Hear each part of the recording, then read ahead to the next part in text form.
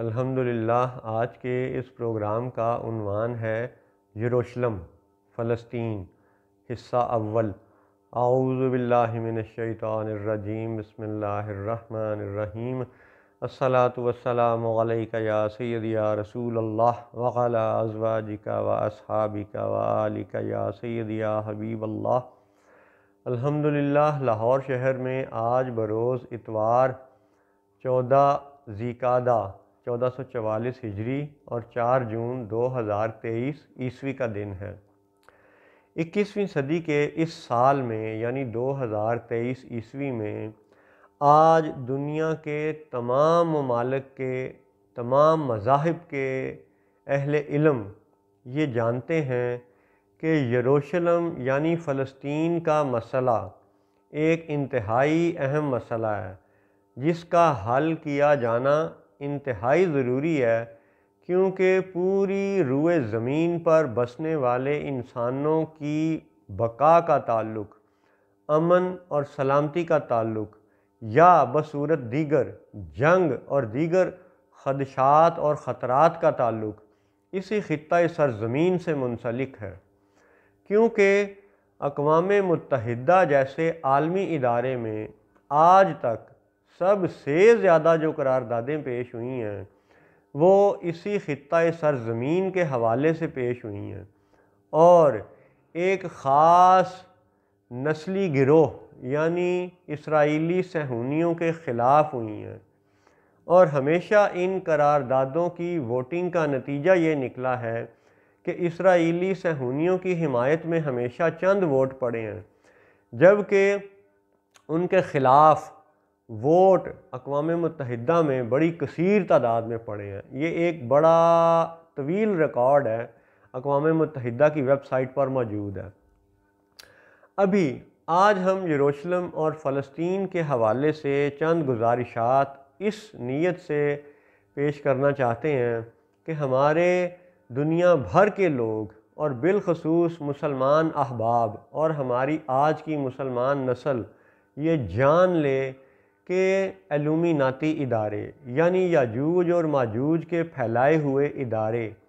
یہ سچ اور جھوٹ کو کس طرح خلط ملط آپس میں مکس کر کے پیش کرتے ہیں، کون سی باتیں ہیں یہ جو چھپاتے ہیں، اور کون سی باتیں ہیں یہ جو ہمارے جیسے یعنی عمر رسیدہ لوگوں کو بتانی پڑتی ہیں اپنے بچوں کو۔ تو فلسطین کے حوالے سے چند اہم نکات ہیں جن کے اوپر اس بستی کا، اس قریہ کا، یروشلم کا، فلسطین کا فیصلہ بصورت گفتگو، بصورت بات چیت آج بھی کیا جانا ممکن ہے۔ اور یاد رہے کہ جنگ ہمیشہ نقصان دہ ہوتی ہے، بات چیت ہمیشہ فائدہ مند ہوتی ہے۔ تو بات چیت اور گفتگو اور کمیونیکیشن اور ڈائلاگ اور اس پرامن طریقے سے بات کو آگے بڑھانے کے لیے آج کے پروگرام کے حوالے سے چند اہم نکات یہ ہیں کہ فلسطین کا فیصلہ اگر کرنا ہے تو اس کے لیے چند بنیادی معیار مقرر کرنے پڑیں گے، چند بیسک پیرامیٹرز مقرر کرنے پڑیں گے کہ جو ان پیرامیٹرز پر پورا اترے وہ اس کا حقدار ہے، اور جو ان پیمانوں پر پورا نہ اترے اس کو پھر اٹھا کے باہر کر دیا جائے۔ یہ گفتگو کے ذریعے حل ہو جانے والا مسئلہ ہے، جسے کہ اقوام متحدہ جیسا بڑا عالمی ادارہ بھی گفتگو کے ذریعے 75 سال میں حل نہیں کر رہا، کیونکہ وہ بدنیت لوگوں کا بنایا ہوا ادارہ ہے، یاجوج اور ماجوج کا بنایا ہوا ادارہ ہے، اور گفتگو اور ڈائلاگ کے نام پر 75 سال سے دنیا کو دھوکہ دے رہا ہے۔ تو آئیے ہم دیکھتے ہیں کہ کون سے اہم پیرامیٹرز ہیں جن پیرامیٹرز پر گفتگو کر کے، بات چیت کر کے ہم فلسطین جیسے اہم مسئلے کے لیے امید کی ایک راہ ڈھونڈ سکتے ہیں، ایک پرامن حل کو تلاش کر سکتے ہیں۔ تو وہ بیسک پیرامیٹرز، وہ چند بنیادی معیار، وہ رہنما اصول، وہ چند اہم نکات وہ یہ ہو سکتے ہیں کہ جی مثال کے طور پہ اگر کوئی قوم یا کوئی گروہ کسی جگہ کا طلبگار ہے، کسی جگہ کا دعوے دار ہے، تو کیا صرف اس کی طلب کی وجہ سے یا اس کے دعوے کی وجہ سے وہ سرزمین اس کے حوالے کر دی جائے؟ کیا یہ اتنا ہی کافی ہے؟ کیا کسی گروہ کا طلبگار ہونا، دعوے دار ہونا، صرف اتنا ہی بیسک پیرامیٹر کافی ہے؟ نہیں، یہ اکیلا پیرامیٹر کافی نہیں ہے۔ اس طرح تو مسلمان بھی دعوے دار ہیں، عیسائی بھی دعوے دار ہیں اور یہودی بھی دعوے دار ہیں۔ لہٰذا کسی مقام کا، کسی خطے کا طلبگار ہونا یا دعوے دار ہونا یہ کوئی حتمی معیار نہیں ہے، یہ کوئی فائنل ڈیسٹینیشن تک پہنچنے کا کوئی فائنل رول نہیں ہے، حتمی اصول نہیں ہے۔ اس کے علاوہ کچھ اصول ایسے ہو سکتے ہیں جن پہ ہم مزید بات کر سکتے ہیں۔ مثلا ایک اصول آپ یہ قرار دے لیں کہ جی قدیم ہونا، وقت کے لحاظ سے پہلے ہونا، قبل ہونا، ماضی میں چلے جاؤ تو جو پہلے تھا اس کو حق مانا جائے۔ اگر اس قدیم ہونے کو ایک اصول بنا لیا جائے تو کہا جا سکتا ہے، یہودی کہہ سکتے ہیں کہ ہاں جی یہ ایک بڑا اہم اصول ہے، ہم اس کو مانتے ہیں، یہ ایک پیرامیٹر بنایا جا سکتا ہے، یعنی قدیم ہونا۔ تو چلیں اس کو ہم انشاءاللہ بات کریں گے۔ قدیم ہونا یہ ایک نقطہ ہو گیا۔ پھر کیا کسی قوم کا، کسی گروہ کا کسی ایک جگہ پیدا ہونا، برتھ پلیس ہونا، جنم استھان ہونا، جائے پیدائش ہونا، کسی جگہ پیدا ہونا، تو کیا یہ ایک اصول ہو سکتا ہے کہ جی جائے پیدائش ہونے کی وجہ سے اس جگہ پہ کسی قوم کا حق قرار دیا جائے؟ اس پہ بھی بہت سے یہودی کہیں گے کہ ہاں جی یہ بھی ایک اہم پیرامیٹر ہو سکتا ہے، چلیں اس پہ بھی بات کریں گے۔ پھر ایک اور اہم نقطہ یہ ہو سکتا ہے کہ جی عبادت گاہ ہونا، قبلہ ہونا، مرکز ہونا، مرکز عبادت ہونا، یہ بھی ایک اہم نقطہ ہے، اس پہ بھی بات کریں گے۔ پھر کسی نبی کی اولاد ہونا، یہ بھی ایک اہم نقطہ ہے۔ بالیقین بہت سے یہودی اس پہ یہ کہیں گے کہ ہاں جی ہاں کسی نبی کی اولاد ہونا یہ بھی ایک اہم نقطہ ہے، تو انشاءاللہ اس پر بھی بات کریں گے۔ انسانی حقوق کا علم بردار ہونا کہ ہاں جی ہیومن رائٹس، اس پہ بھی بات کریں گے۔ کسی علم،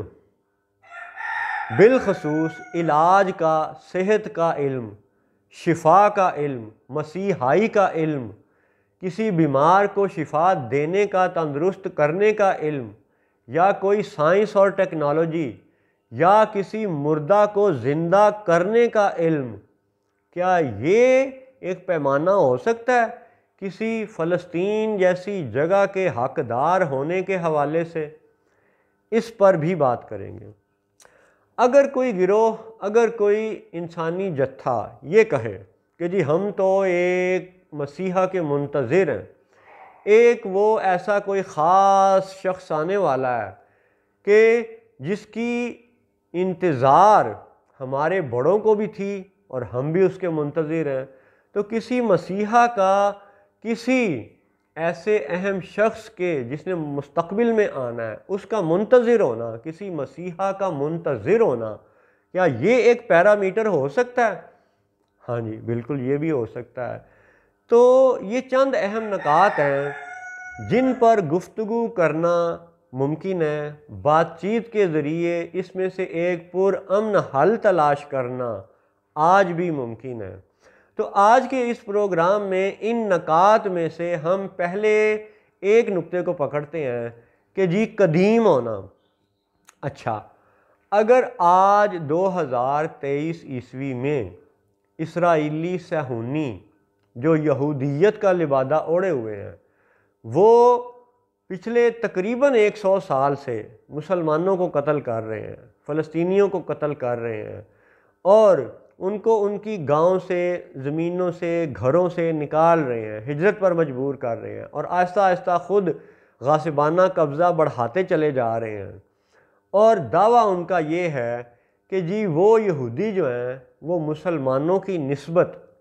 زیادہ قدیم ہے، زیادہ پرانے ہیں۔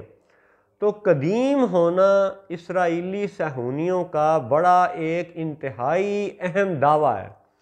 تو آج کے اس پروگرام میں ہم صرف قدیم ہونے پر بات کریں گے، باقی نکات کیونکہ ایک نشست میں سب کا احاطہ اتنا آسان نہیں اور اتنا ممکن نہیں، اس لیے باقی نکات انشاءاللہ آئندہ پروگراموں میں۔ تو قدیم ہونے کے حوالے سے اگر اسرائیلی صہیونی مسلمانوں کو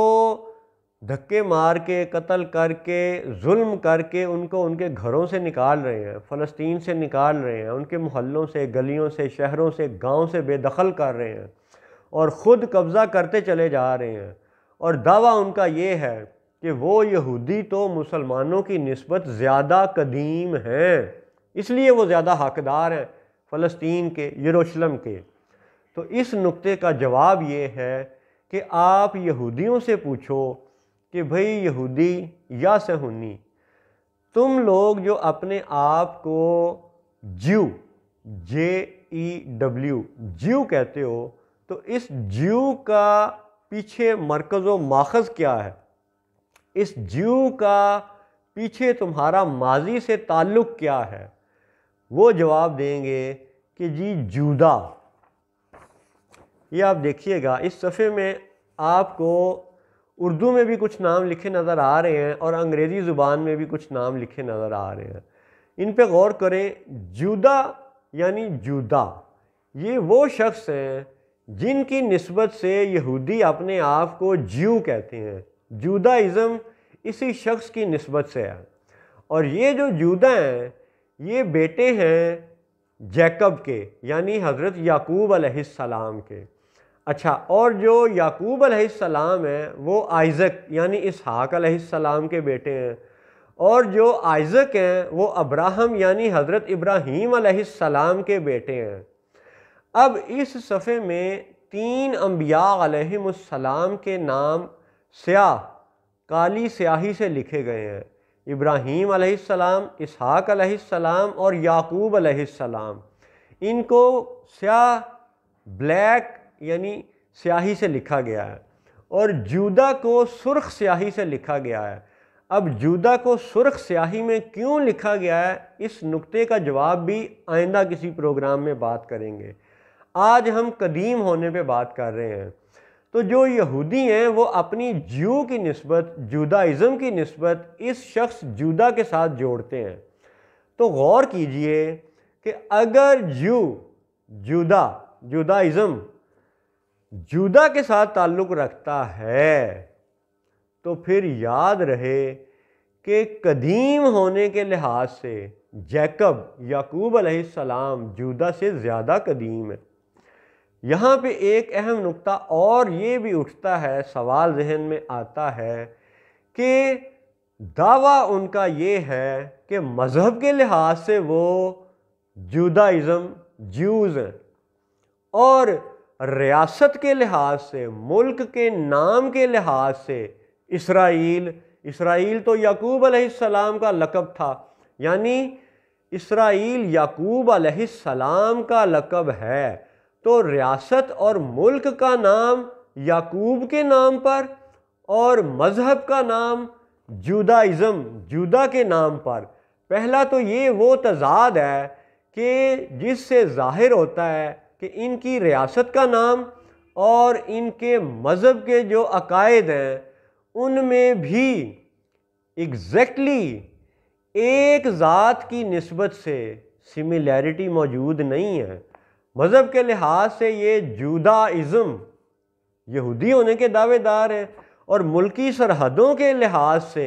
یہ اسرائیل یعنی یعقوب کی نسبت قائم کرتے ہیں۔ تو پہلے تو ان سے یہی پوچھ لیا جائے کہ آپ کی نظر میں جودا اہم ہے یا یعقوب اہم ہے، پہلے آپ خود فیصلہ کریں۔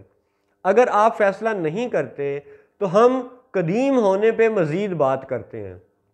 اچھا چلیں جی، آ جائیں کہ آج اگر 2023 عیسوی میں مسلمانوں کو قتل کرنے والے فلسطین سے مسلمانوں کو بے دخل کرنے والے یہ یہودی کہتے ہیں کہ جی وہ مسلمانوں سے قدیم ہے، لہٰذا اسرائیل پہ ان کا حق ہے۔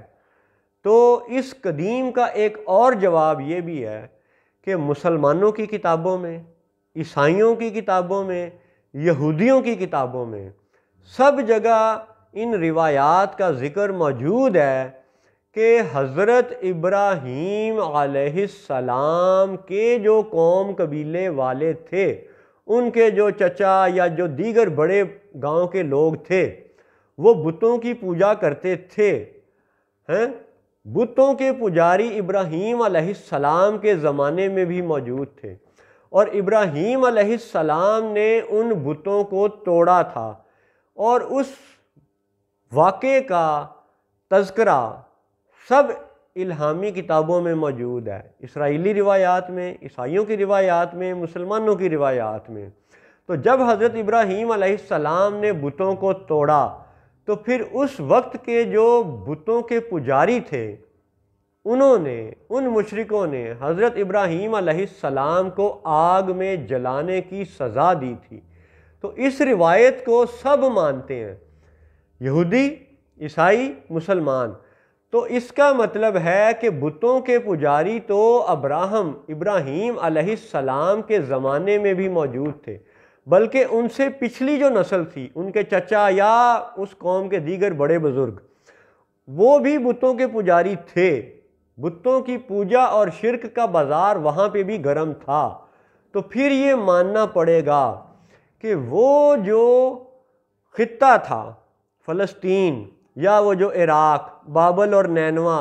یا یہ یروشلم، یا اس کے گرد و نواح، وہاں پہ آج بھی وہ مقام موجود ہے، وہ میدان موجود ہے جو وزٹرز کو دکھایا جاتا ہے کہ ہاں جی یہ وہ خاص مقام ہے جس مقام پر وہ آگ جلائی گئی تھی ابراہیم علیہ السلام کو معاذ اللہ سزا دینے کے لیے۔ گویا کہ بتوں کے پجاریوں کا ہزاروں سال قبل موجود ہونا یہ ایک ایسی حقیقت ہے جس کو آج کا کوئی بھی الہامی مذہب کا ماننے والا ٹھکرا نہیں سکتا، رد نہیں کر سکتا، اس روایت کا انکار نہیں کر سکتا۔ تو پھر اس کا مطلب یہ ہے کہ جب فلسطین میں یا بابل و نینوا میں حضرت ابراہیم علیہ السلام اور اس قوم کے پچھلی نسل کے بڑے بزرگ بھی بتوں کی پوجا میں مصروف تھے، تو یہودیوں کو یہ ماننا پڑے گا کہ اگر وہ جیوز ہیں، جودا کی نسبت سے ہیں، تو بتوں کے پجاری تو اس سے پچھلی نسل، اس سے پچھلی نسل، اس سے پچھلی نسل، بلکہ اس سے بھی قدیم ہیں۔ تو پھر کیا معاذ اللہ اس کا یہ نتیجہ نکالا جائے کہ وہ سارا خطہ عراق اور فلسطین اور یروشلم، وہ بابل و نینوا کی تہذیبوں کے وہ علاقے، وہ سب کیا نیپال کے ہندوؤں کے حوالے کر دیے جائیں؟ کیا وہ سب علاقے بھارت کے نریندرا مودی یا بتوں کے پجاریوں کے حوالے کر دیے جائیں کہ وہ تو پھر یہ کہیں گے کہ ہمارا تو جو بڑے بزرگوں کا سلسلہ تھا، آباء و اجداد کا جو سلسلہ ہے، وہ تو وہاں سے بتوں کے پجاریوں سے ثابت ہے۔ تو اے یہودیوں، اے عیسائیوں، اے مسلمانوں، تمہاری کتابیں یہ کہتی ہیں کہ ابراہیم علیہ السلام نے بت توڑے تھے، تو اس کا مطلب ہے کہ ہندو اس علاقے میں جودا سے زیادہ قدیم ہیں۔ لہٰذا اگر قدیم ہونا یہودیوں کا اہم ایک نقطہ ہے مسلمانوں کے کمپیریزن میں، مسلمانوں کے مقابلے میں اگر یہودی اپنے آپ کو قدیم سمجھتے ہیں اور بڑا زور دیتے ہیں اس بات پر، تو پھر اس سے زیادہ زور والی بات یہ ہے کہ جودا سے قبل، جیکب سے قبل، آئزک سے قبل، ابراہم سے قبل، بیفور ابراہم، وہاں پہ تو بتوں کی پوجا جاری تھی، اور وہ علاقہ وہاں پہ بت پوجنے والے مشرک یعنی ہندو لوگ تھے۔ تو کیا آج کے نیتن یاہو یا اسرائیلی حکمران یا مکہ کے حکمران جہاں جہاں بھی ہزاروں سال قبل بتوں کی پوجا کی روایتیں موجود ہیں، کیا وہ سب علاقے بھارتی ہندوؤں کے حوالے کرنے پر تیار ہیں؟ اور اگر نہیں تیار تو پھر یہ ماننا پڑے گا کہ مسلمانوں کے مقابلے میں یہودیوں کا قدیم ہونے کے حوالے سے فلسطین کا دعویٰ باطل ہے۔ السلام علیکم ورحمۃ اللہ وبرکاتہ۔